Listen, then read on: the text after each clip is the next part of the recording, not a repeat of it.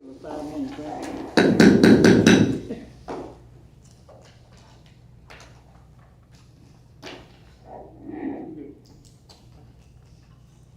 Call board meeting of the Florence County School District Board of Trustees is now called to order.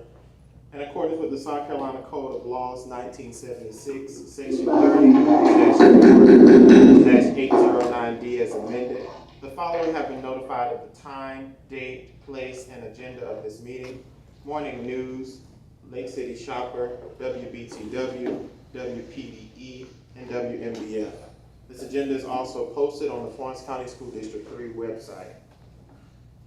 This time, Madam Secretary. All board of trustees are present and accountable. Thank you. This time, please make sure that all cell phones are off or on vibrate. Please stand as our interim superintendent, Ms. Casey Fagan, will come before our moment of silence and pledge allegiance. Good evening. Please continue to remember the J.C. Lynch family and the loss of Christy Anderson, as well as our other students and staff members.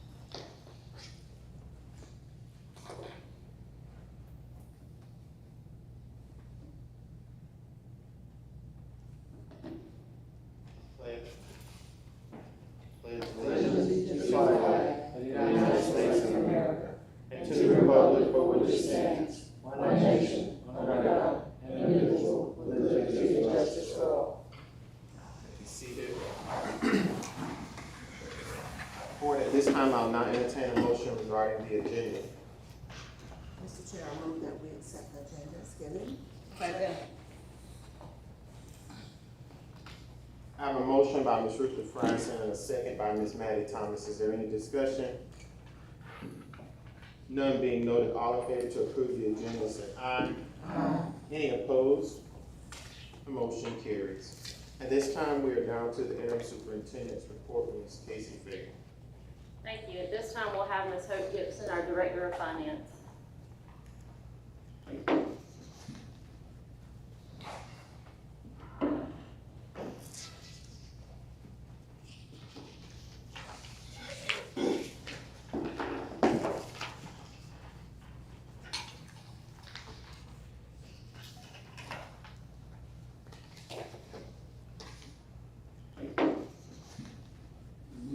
Mr. Chair and other members of the board, I would like to present to you the finance update for Florence County School District 3.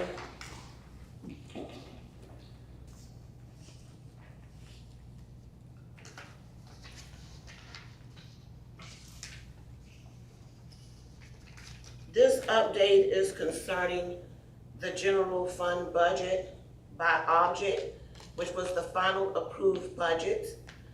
The first one that is in blue was the color for 2024-2025. As you can see, I have in red to put emphasis on purchase services, which was $4,457,997, and also on equipment, which was $189,686.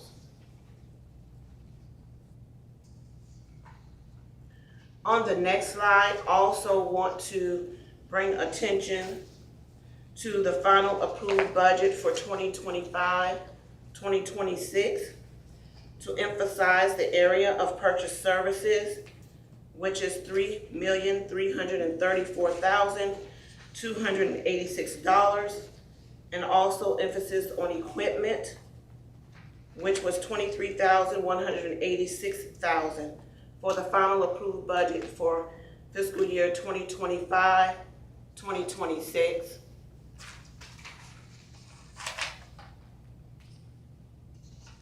Please notice a significant decrease in the purchase service area for 2025-2026 by $1,123,711. Also, please notice a significant decrease in the equipment area for fiscal year 2025-2026, which was $166,500. The total decrease for FY 2025, 2026, the total of the two is $1,290,911. I also would like to go over the following detailed budget report comparison that should be on your counters. The budget report comparison to 2024, 2025 fiscal year versus the 2025, 2026 budget by function and by object will correspond with what I shared in the previous slides. The very first one that I would like to go over is the general one. And that would be this one, if you can see which one I'm holding up, not the one with all of the other little bulletins. This one is done by function, and it should be two, one of each. Okay? Two of the same. Yeah, I got two of them. Those two are different. Anyone else get one of those? Everyone has two? Yeah. So what is the first thing that we're supposed to be looking at? I'm gonna go over, yes ma'am. Okay, the very first one, if you look at where it says kindergarten under salaries, and you look at the other one. So on the first one, you see 60, okay, first of all, the first column is 2024, 2025 final approved budget. The second column is 2025, 2026 final approved budget. And what you see in the third column is the difference.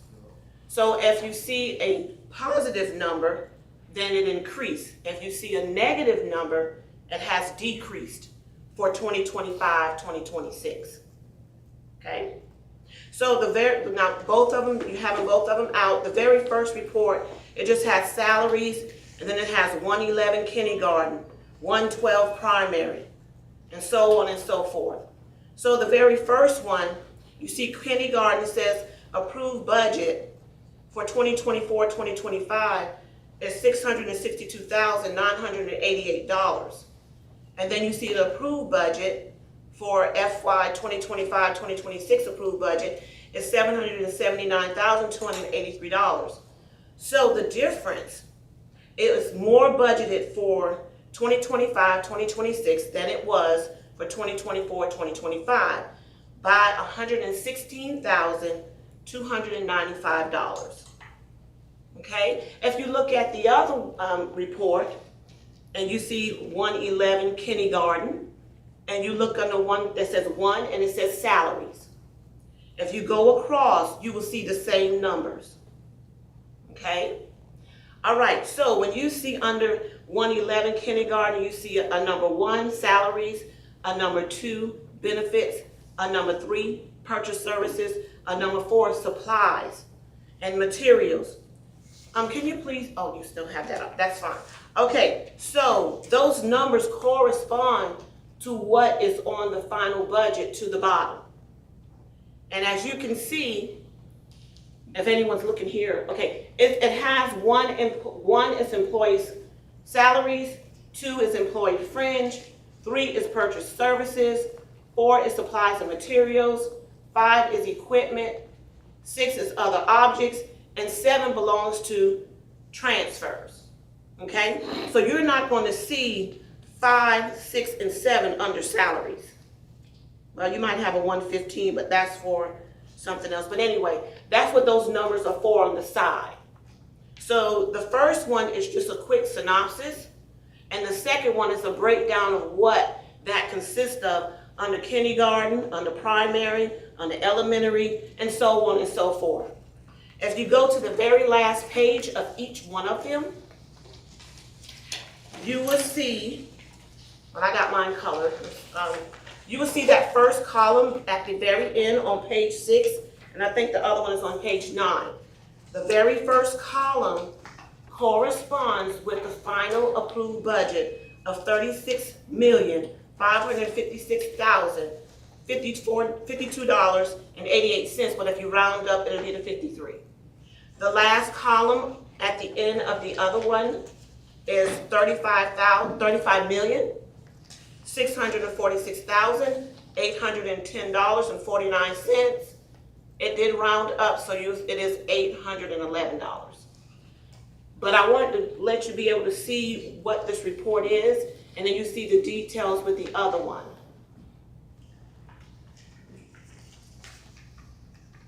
Anybody have any questions on how to look at the reports? Okay. So what you're saying is we decreased our budget by almost $1 million. If you look at the last page, the difference, yes, ma'am, that is the total. And we did that because we were gonna see a decrease in students. That played a factor, because we did, in the final approved budget for 2025, 2026, we estimated 159 students lost. And how much revenue was that? Say again? If we weren't, what is that cost to the district? Okay, that cost will be noted in January, what that cost is going to be. Because every year we have the 135th day, and then in January, 45th day. October is the 45th day. Yeah, I get them mixed up. So, January will be the 135th day, and so that's when we'll know that loss. And that's when we'll come back to you and present what the loss would be. So did this budget not take that into account? It did take it into account. It did. Yes, ma'am. So I don't really understand what the problem is. I'm being honest, why are we doing this? Because the questions were asked, and this is what was requested for us to present. And so that's why I'm presenting this to you tonight, to make sure you see the differentiation between the 2 years. But that's the reason, the decrease in the budget is because of projecting that we were gonna lose that many students, is that No, correct? that was a part of the budget. What was another reason? Another reason for the budget decrease, because, let me look at my little sheet, what time. In the month of January, let's go to February, we talk about the House Ways and Means and what they're projecting that they're going to give us as a district. So during that time, that plays a part as several components to the revenue that we will receive. You look at the Florence County Treasurer, what we receive for taxes.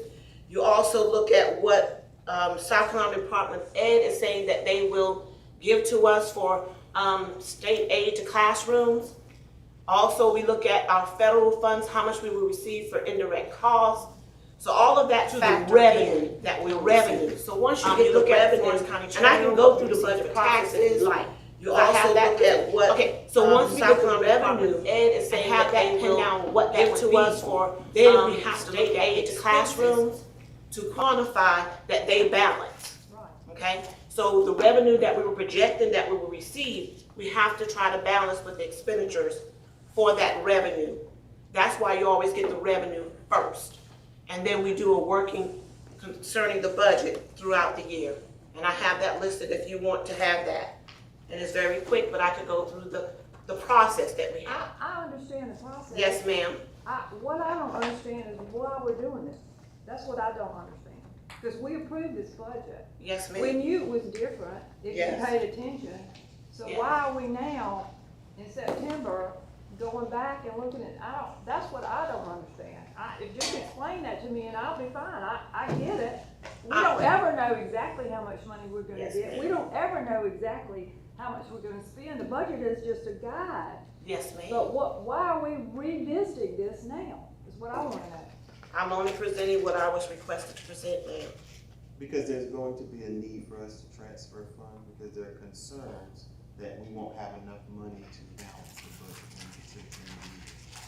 So I asked for that to be explained to the entire board. Well, that hasn't been explained.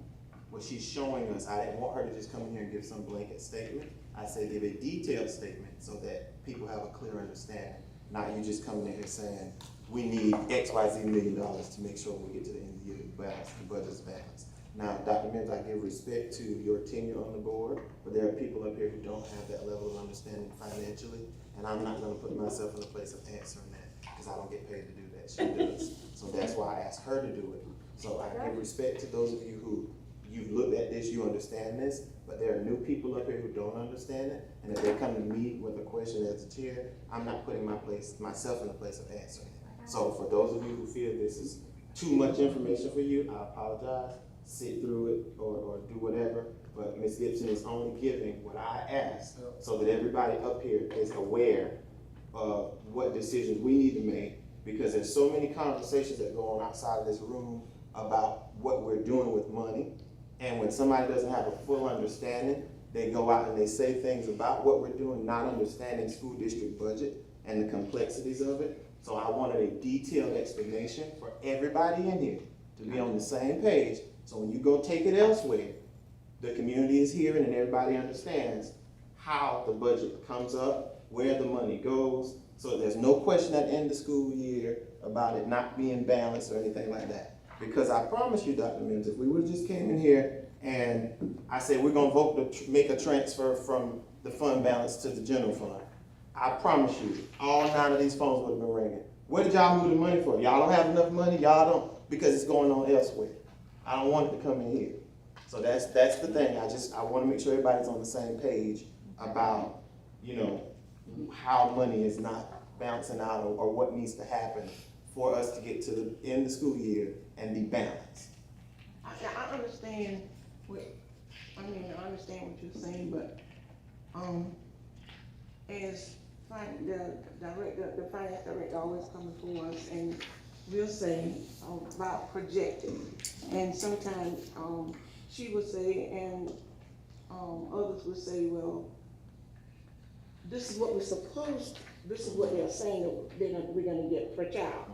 But we're gonna base it off of this right now because, you know, a lot of times we don't get, you know, and then we go ahead and with all of that, we go ahead and we approve the budget. So I guess the only thing I'm with me that I'm trying to understand is that if we don't approve the budget, we don't approve that budget. And then now we're still going back now saying that we may need money in December, but we don't know yet. We will, because we've approved the budget, but we also are now having conversations about upgrading facilities and doing all that. Okay, now, let me finish that, okay. So with that, well, we approved the budget and now we got to go back, but am I correct or am I wrong that the project that we're gonna do where we visit today, some of those projects fall under different categories, right?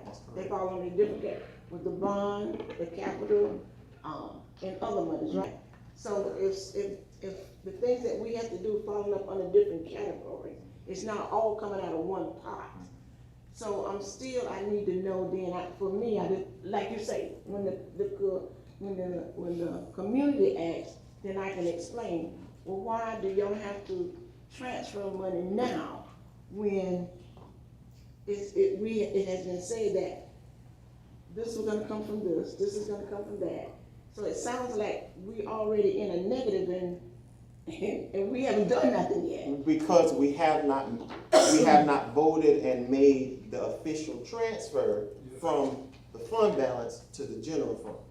So really and truly, we are technically in a negative, because our last meeting, we voted to approve option A for the stadium, all this stuff. We're technically right now in the negative because we haven't transferred that money to the district's general fund to be able to pay for those things. So that's why we're doing this. I want us to make sure not only are we transferring money for the things we've already approved, we're able to take care of the stuff we got operationally going on. So that's the purpose of this. I want to make sure before we jump out here agreeing to projects, we got money to keep the lights on and all that above everything else. And so then we can look and say, okay, now our budget is going to be balanced at the end of the school year. We got enough money to do that. You know, we've agreed to these projects, and this is what we have left. This is what else on the list we can look at. So basically what you're saying to us is that we voted on a budget that was not balanced. Yeah. Absolutely. That's what I'm saying.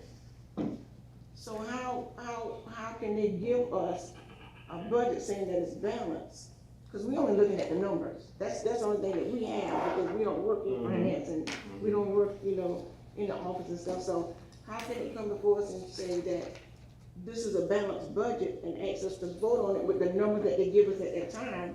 And then now we're coming back a couple of months later saying that we don't have a balanced budget. So That doesn't look good. it doesn't look good, but what it does is, it's a balanced budget if you take in considerations, not paying the people that are gonna be affected if we don't transfer this money. So it was balanced, it's balanced until now I'm looking at the fact that out of these, accounts of things like purchase services and things, there are salaries in there. And so those salaries being in there, it's not a balanced budget, because we're gonna get to the end of the school year and we paid these people, but we didn't really have the money in place to do it. Well, I understand what you're saying to us, but I still don't understand how we was led to vote on a budget that was not balanced. That's the thing. That's what I'm coming back to say there, because it seems like we don't know what we were doing. And that's why I asked for, remember, that's why I told y'all in the last meeting, that's why I wanted to see detail. I don't wanna look at this little chart right here with this just general, employee salaries, free, and these big numbers. I want to see in detail, because we didn't get this when we approved the budget. We didn't see in detail this, and so that's why I asked for this. So I understand your question, so, now. From the question, I really think I need to go through the spill of the process of building the budget. Because there are variables in here. Okay, so, I won't. Okay, any other questions? How much, if our estimated is 159 students lost, how much per student are we losing with that? I have to bring you that number back. Okay. I'm not just gonna call out a number. She can, Dr. Mensa won't hear it, but she can. Okay, yeah, she can go through, but can I ask you this question? Yeah. Or either Jaquel or Casey, can I ask you this question? So, like the day when we heard at Scranton Elementary, correct me, did the principal say that, I know that she has new students coming in. So are these new students coming in, are they in the district that's coming in? Are these new students that's coming into Scranton, are they coming from some other place? She said district. I think she said in the district. She said in the She said district. Okay, I just need to know. Okay, and so do we have an update of the total number of new students that we've had that was not in this district, that have come in this district since we approved this budget? I sent the enrollment numbers on, I think it was, Monday morning, the current enrollment numbers, but they do change from day to day as we have some students that trickle in, or maybe some students that withdraw. So it is kind of a daily changing number, but the number I sent you on Monday, because I added that last column that showed this year's enrollment, that was correct as of Monday morning, so yesterday morning. Okay, I'm sorry. No, you good. Miss Frierson would like for you to go through how the budget is fit. And I may not be the only one. No, you're Yeah, not. I wanna go through that too, It's not, I would like for you to do that too as well. Thank you so much. All right. Budget process. Budget is the process of allocating finite resources to prioritize needs of the school district. The budget represents the legal authority to spend money for developing an instructional plan to meet student performance goals. Adoption of a budget implies that a set of decisions has been made by the governing board and administrators that culminates in matching the district's projected revenues with the projected needs of the district. As such, the budget is product of the planning process. In January, the Finance Office begins monitoring the state budget process and receives initial revenue projections from the House Ways and Means Committee and the House budget from the State Department of Education in early March. The finance office also begins to monitor local taxes to determine the initial value of a mill and begin to develop the local revenue budget. In late February, the superintendent and HR, along with principals, compute the forecasted students for new school year and determining teacher and staff for FTEs by school. This projection is submitted to the finance office to begin building the personnel budget. In March, the finance office will prepare the first reading of the budget that reflects the projected new revenue for the fiscal year compared to the prior year revenue for the board's review and approval. The millage will be calculated based on consumer price, which comes from the Revenue and Fiscal Affairs Office, and the index and the district growth as provided by the state to determine projected local revenues. In March, the department heads meet with the superintendent to review the budgets and determine the staff FTE. This projection is submitted to the finance office to begin entering the personnel needs of the district. In late March, the finance office will receive the projected teacher salary schedule and updated revenue projections from the State Department of Education. Also projected increases to the fringe benefits are not. Items to include health and retirement will be forwarded to the district. The finance office will prepare the new teacher salary schedules and the other district salary schedule after receiving the percentage increase for other district staff from the superintendent. Either you get a step, they don't get a step. That's the directive from the superintendent to make that decision based upon the teacher-student ratio. The federal and special state budget directors or fund managers will meet with HR and the superintendent to determine the projected allocations to be received for each program and determine the FTEs that those programs will provide. We'll be able to support and submit to the finance office. And we key those in. HR and superintendent will meet with the finance director and finalize the staff needed to operate the district and submit FTEs with account numbers for the fiscal year for finance to complete the projected salaries in fringe and the cost for second reading budget in April. The finance office will run the report for the superintendent to review the prior year budget expenditures for purchase services, supplies, equipment, and budgeted items. The superintendent will make necessary adjustments and provide the information in late April to prepare for the second reading of the budget. The finance office will prepare the revenue projections from the latest projections from the South Carolina State of Education, South Carolina Department of Education, in late April. Second reading of the budget will be presented to the board in early May for their review and input to the superintendent. After the second reading, the superintendent, HR, and finance office will review and adjust the projected budget based on the board's comments or any directions. The entire budget will be examined with emphasis on personnel. Since the budget is primary salaries and fringe, 80 to 87%, we usually use 85% of the budget is salaries and benefits. 85% of the budget. Okay?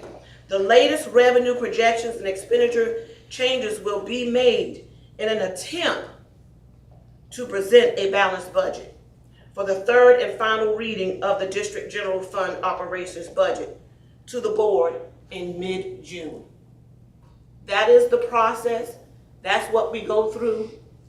And we are trying in every attempt to give you a balanced budget from projection. So is that FTE means federal funds? No, FTE stands for full-time equivalent, which is a unit of measurement that represents the number of full-time employees, but also includes the equivalent of hours for part-time or temporary staff. Okay? Okay, so I have a question. Yes, ma'am. So we projected we were gonna lose this number of students. Did we cut that number of positions? I don't have that We cut answer. 13 positions. Okay. All right, so is that why these numbers are in the negative? Because that was a position or 2 or 3 that you cut?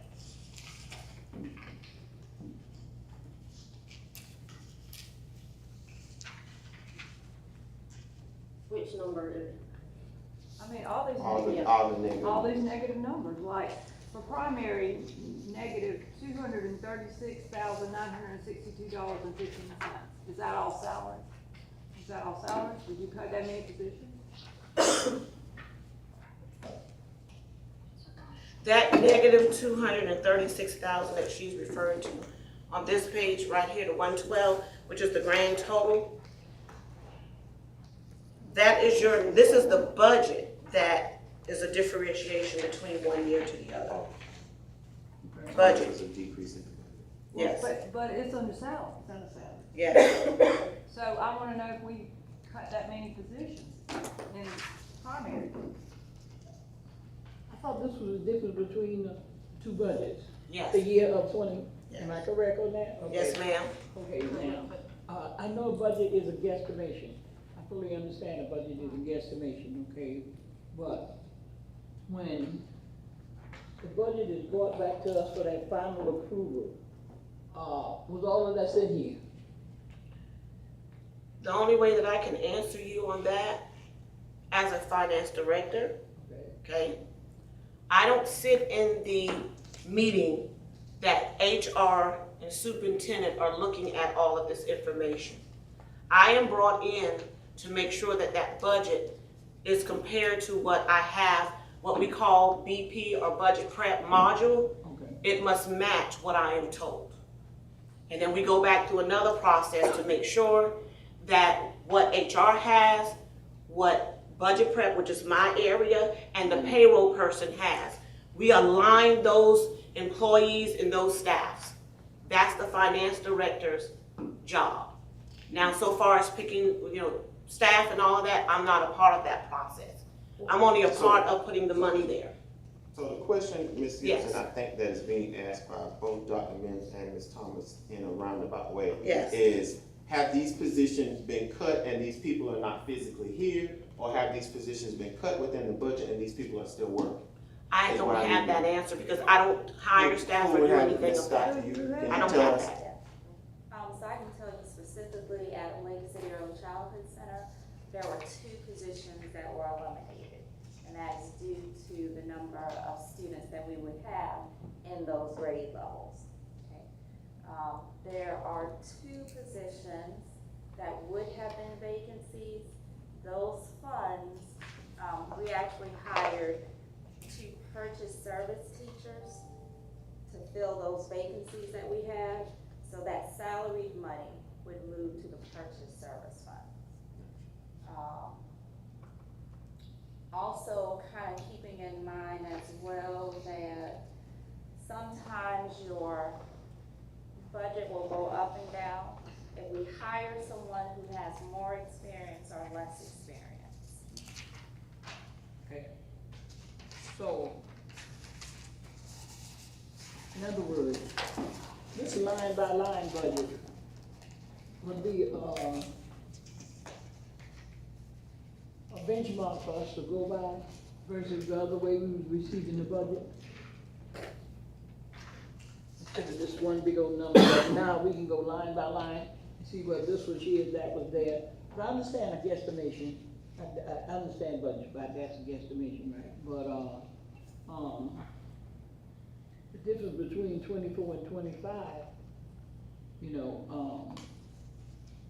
there's a lot of negatives here. And, You see negatives, but you also see increases. So that's why when you get to the end, it is the amount that it is, because you do have negatives, but then you have increases that also impact it as well. Okay. Yes, yes. So we need to get this unresolved with this. is there a need for funds to be transferred in order for us to end the school year not in the red? That's something that comes from the superintendent, and I think she may have some of that in her presentation. I don't do any of I that. got you. As the finance That's just director. what we need to get to. We're not Can I gonna ask be you here a all few night. questions? Go ahead, Ms. Thomas. This after we may have to vote to transfer some funds, before the end of the year. Can you answer this question? Can you tell me what is the current balance of the 8% bond, funds that we have? I would have to come back and tell you that. Okay, also I need the current balance of the $1 million capital funds allocation. And, You have time to pull that while Ms. Fagan's doing what and then I want to know, were claims submitted as required to the, State Department of Education for initial, the $250,000 received before May 30th? And what is the current balance of the $1 million capital allocation funds, capital allocation, and what is the current balance of the school safety grant, including the cybersecurity amendment? And was the full balance of that first grant, which ended June 30, 2025, properly expended? Could you hold on 1 second, please? You're going through a lot, and I'm trying to write down your request. Yeah, I can So could you go to slow it down for me just a little bit? So the very first one you asked about was the 100,000? The current balance of the 8% bond. Okay, the 8% bond, that's What is on the current balance of 523. that? Yeah. Yes, ma'am. Okay, and can you, when you do that, would you please tell me give me, the detail how it was, spent, okay? And then, what is the current balance of the $1 million capital fund allocation? Yes, ma'am. And can you tell me about the, was claims submitted as required to the State Department of Education for the initial $250,000, received before May 30th? And then what is the current balance of the $1 million capital allocation? And what is the current balance of the school safety grant, including cybersecurity amendment?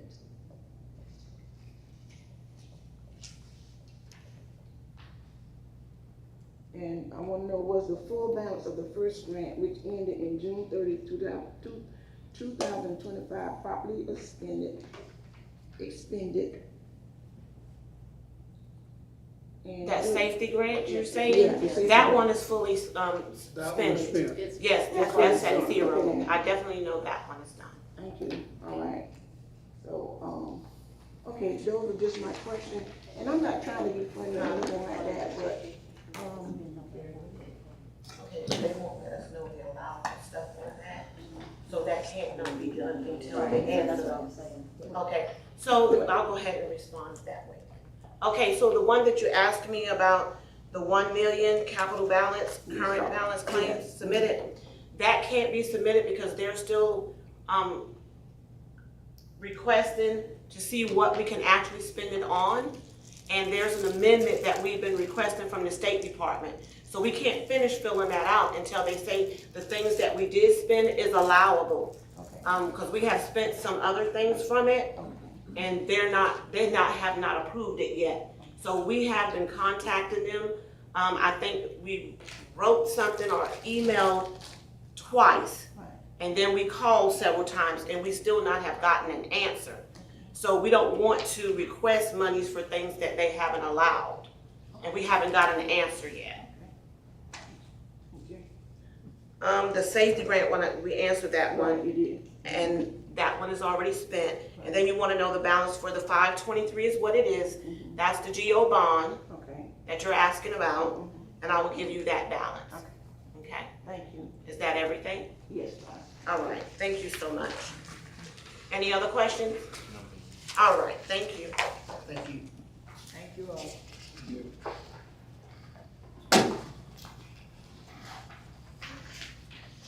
Good evening. Give her a second.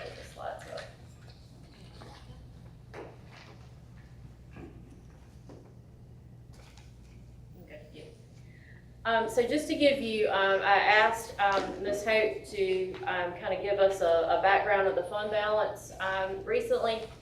So I wanted to share this with you. You can see that we had $14,988,080 at the end of the 23-24 audit. And from that, there were a couple of requests for the transfers from the fund balance. One was the 2.414 to balance the 24-25 budget.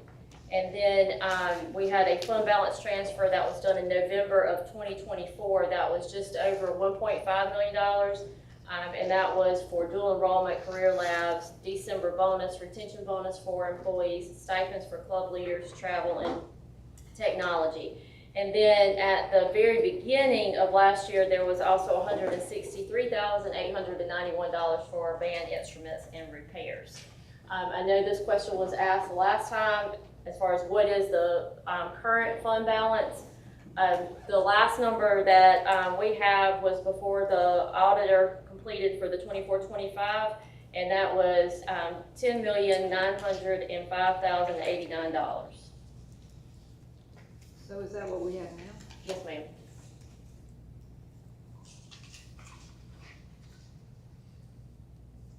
So we don't know if we're gonna put any money in the fund balance this year. We won't know until the audit is complete, and that's usually around our November board meeting.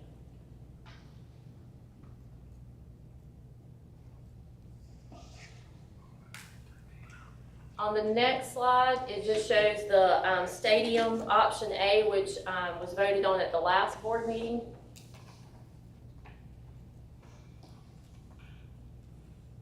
Flip to that slide.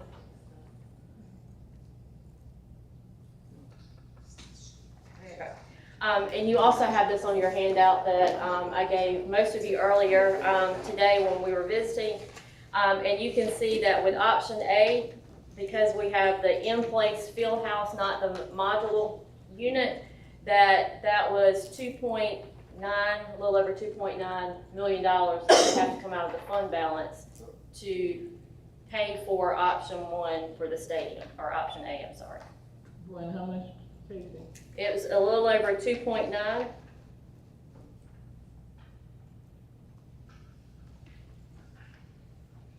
Stadium, right? Yes, ma'am. That's for the items that are not included in the SOB funding that we can't use that funding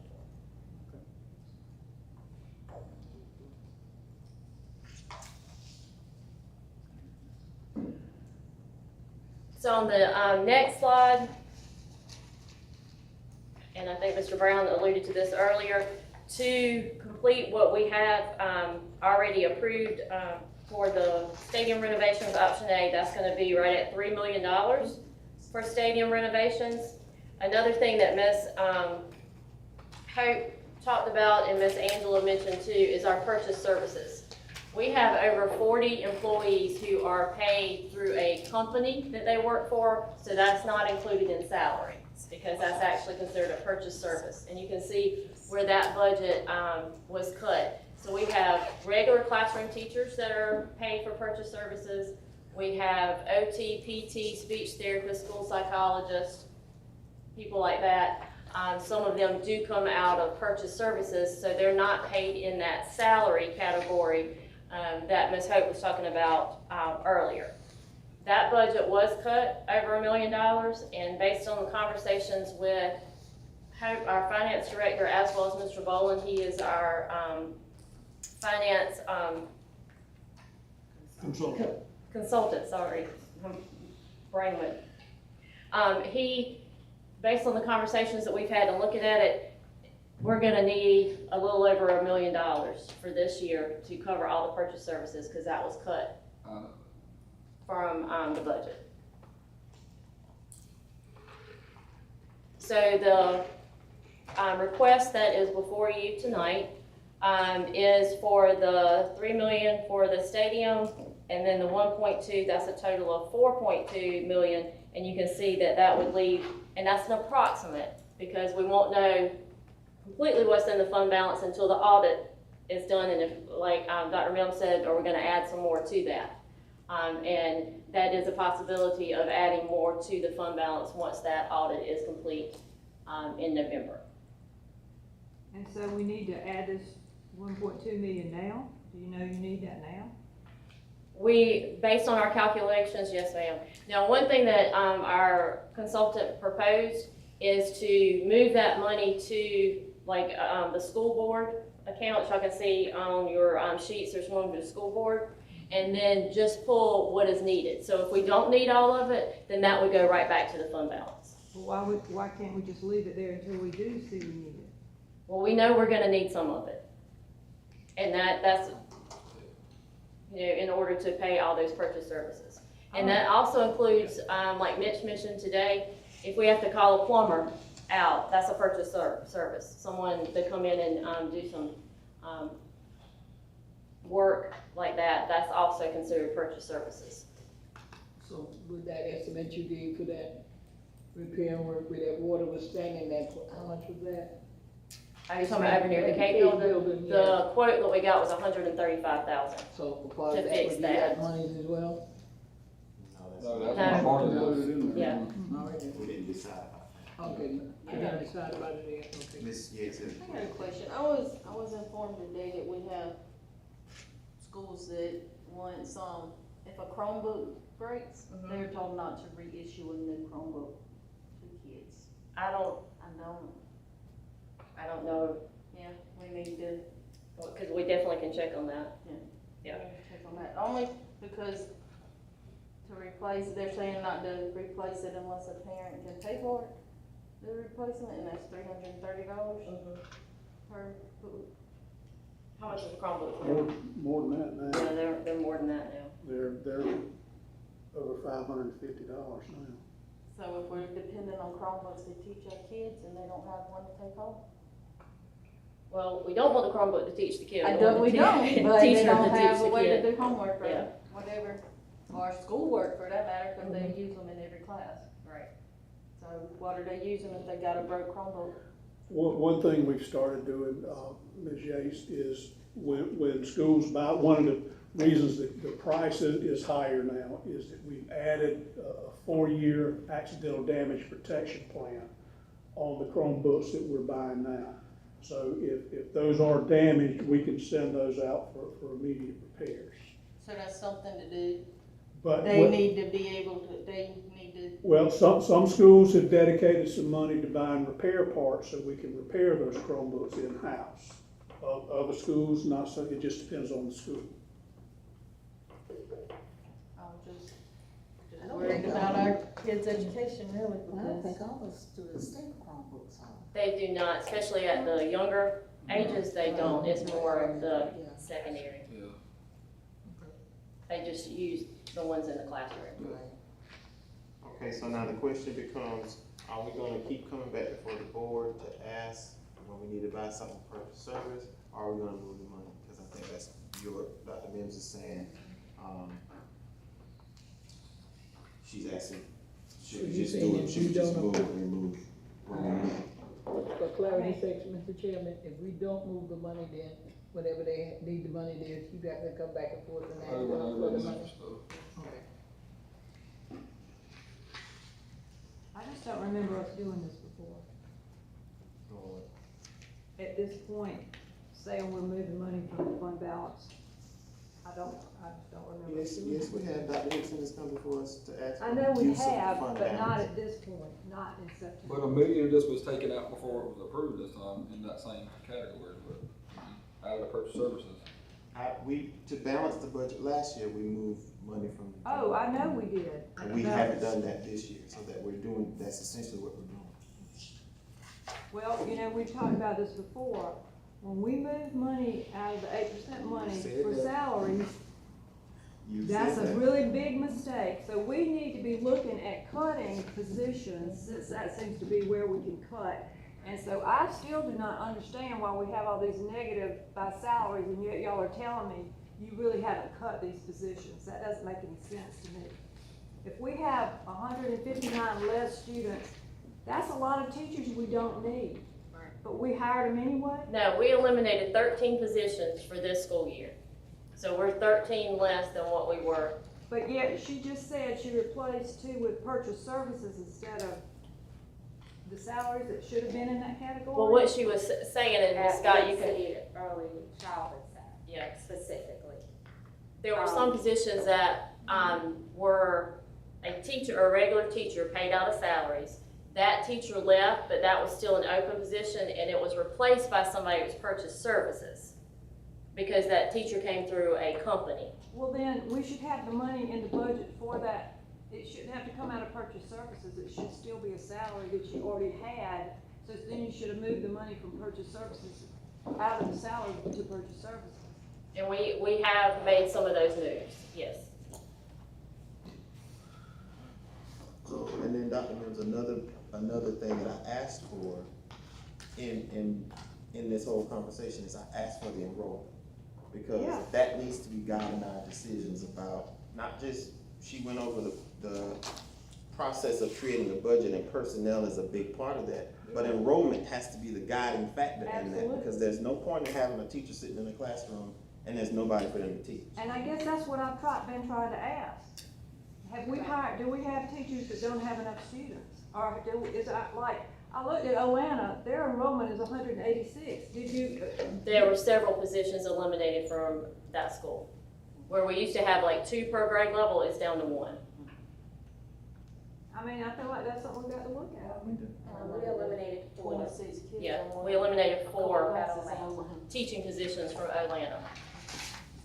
So 159 students would generally equate to approximately 5 teaching positions.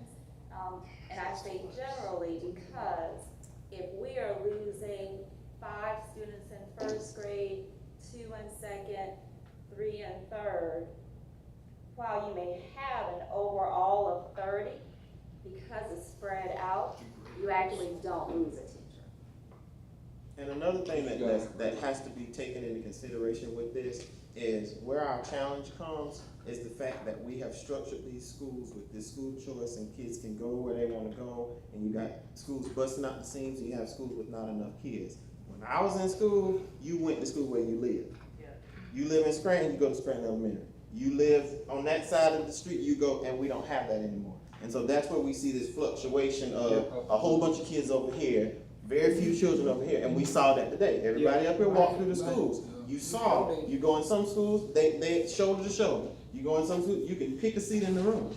And so that's another conversation or reality that we have to come to as a board and look at when we're appropriating staff, when we're appropriating resources, and we're dedicating money to these buildings. You know, that's the moral of what Dr. Mills is saying. Also, when we talk about these repairs to these buildings and things, y'all saw today, we have a whole building sitting with 1 room occupied, Right. but we paying a light bill. And then did y'all look at that as for, the cosmetology and the, Well, it's at Main It's at Street. Main Street. It's at Main Street. what difference does that make? That's I a mean, conversation. Why couldn't you use that building for that? That's a I mean, you're not conversation. using it. That's a conversation we have as a board. But, you know, we noticed that today, that there's a whole building sitting there. And so that's the type of conversations that have to be. I appreciate, Ms. Gibson, what you gave us is the way you all create a budget here. But those are the type of conversations that the board needs to be having when a budget is created. You know, Right. let's sit down and look at how many students we have. Let's sit down and look at how many teachers we have. Let's take that estimated projection of how many students we think we're gonna lose and let that guide us in creating our budget. Not what we're doing right now of, okay, well, we got a whole bunch of kids over here, we need a whole bunch of teachers over here. We don't have enough kids over here, so we can move, we may have to move some people. You know, it's not necessarily that we're saying cut jobs and terminate people, but we may have to reallocate our staff and say, yeah, you've been at Scranton 30 years, we need you to go to Main Street. We need you to, that's what we're gonna have to do. Because we cherry picking right now, and that's gonna cause us to have to make decisions in the budget that really aren't necessary. And I don't, as I said before, I don't want us to be like the school districts y'all seeing in the news, where the parents are in an uproar because we having a conversation about closing a school or something like that. We don't have to do that if we're good financial stewards and making wise decisions as a board about the operations of our buildings and who we place in them to operate them. There's no point in 50 people running a school with 5 kids in it. No point. And so that's what I'd like to see going forward. The board have a conversation when we start the budget planning process for the fiscal year, let's sit down with real enrollment numbers, let's sit down with real, personnel numbers and assess our needs before we jump out here and vote on the budget. Okay. So the line by line? I appreciate that. I do too. I like the line by line, so we'll know exactly where we at with everything. So, And we can compare it to the prior year. Well, I would like to see purchase services. I don't want that category. I wanna see where those purchase services are going for each one of these schools.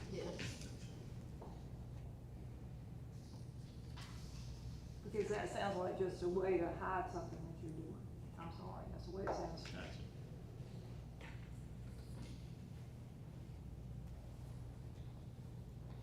Line by line item with all of it, when we sit down and ready to do budget. It's the same thing with, it's not, the item. itemization. All right, so action has to be taken on, the stadium, because of course that has to be moved.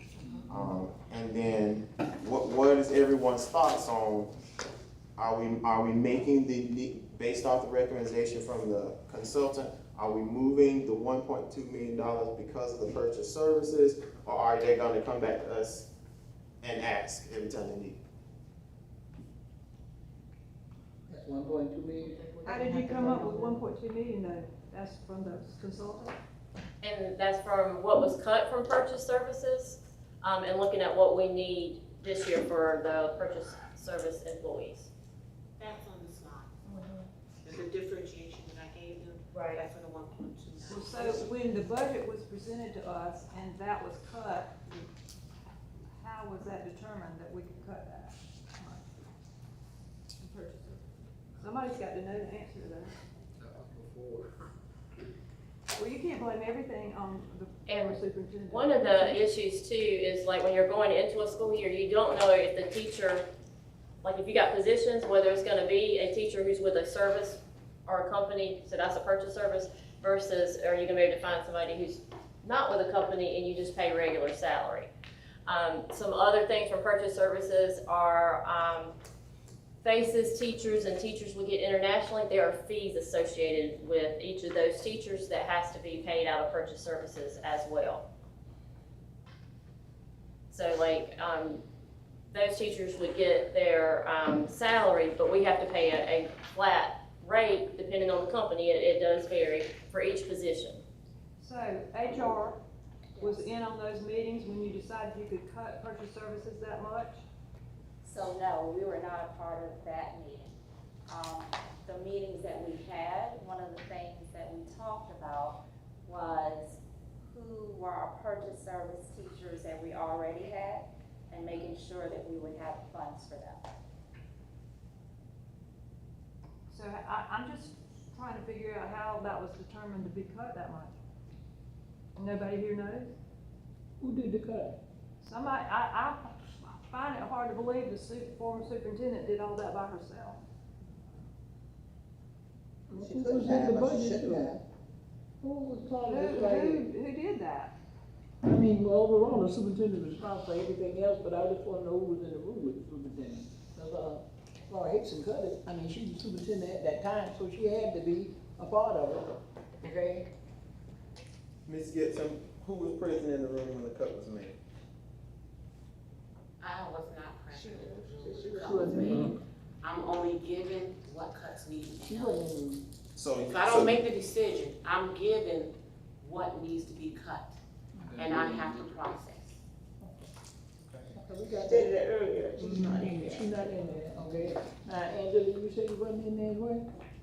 I wasn't in the meeting to talk about any purchase services Okay. being cut. My role talking about purchase services is only with teachers.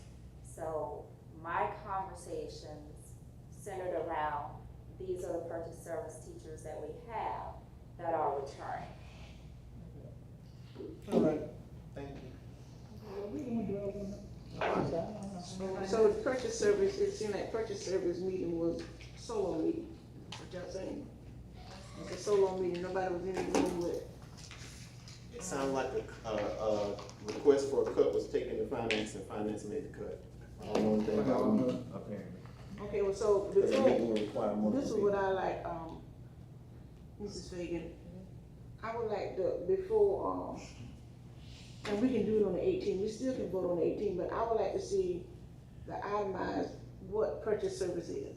I mean, you told us what it is, but I would like to see the numbers there, the breakdown that, you know, same thing we had some starter, that I would like to see the breakdown to know, you know, what are we voting for, and I would like to see that. Yeah, I'd like to see what you're estimating this 1.2 million is gonna pay for, not just purchase service. I'm willing to vote on the fund balance, the moving the 3 million for the stadium, but I'm not. Yeah, I think that's a consensus, we're good on that. Yeah. All right, board, at this time, I'll entertain a motion regarding the transfer from the fund balance to the general fund for the, stadium renovations option A. I move that we move $3 million from the fund balance for the stadium renovation. Second. I have a motion by Dr. Julia Mims and a second by Mr. Jason Kirby. Is there any discussion? None being noted, all in favor to approve the transfer of $3 million from the fund balance to the general fund for the stadium renovations option A, say aye. Aye. Any opposed? The motion carries. At this time, board, I'll entertain a motion to adjourn. I have to answer the question. She's gonna answer. Okay, Ms. Morris, you want this answer to your question now or on the 18th? We can wait till, we can wait till. It's quick. It's quick, okay. Yes, ma'am. Okay. Okay, you asked what was the balance for the 5/23, general obligation bond. What we requested in the beginning was 1.2 million, so we've spent everything except for $374,773.90. Thank you, Dawn. Board, at this time, I'll entertain a motion to adjourn. I move we adjourn. Second. I have a motion by Dr. Julia Mims and a second by Ms. Paula Morris. Is there any discussion? None being noted, all in favor to adjourn, say aye. Aye. Any opposed? The motion carries. Thank you so much. I'm so used to looking at that.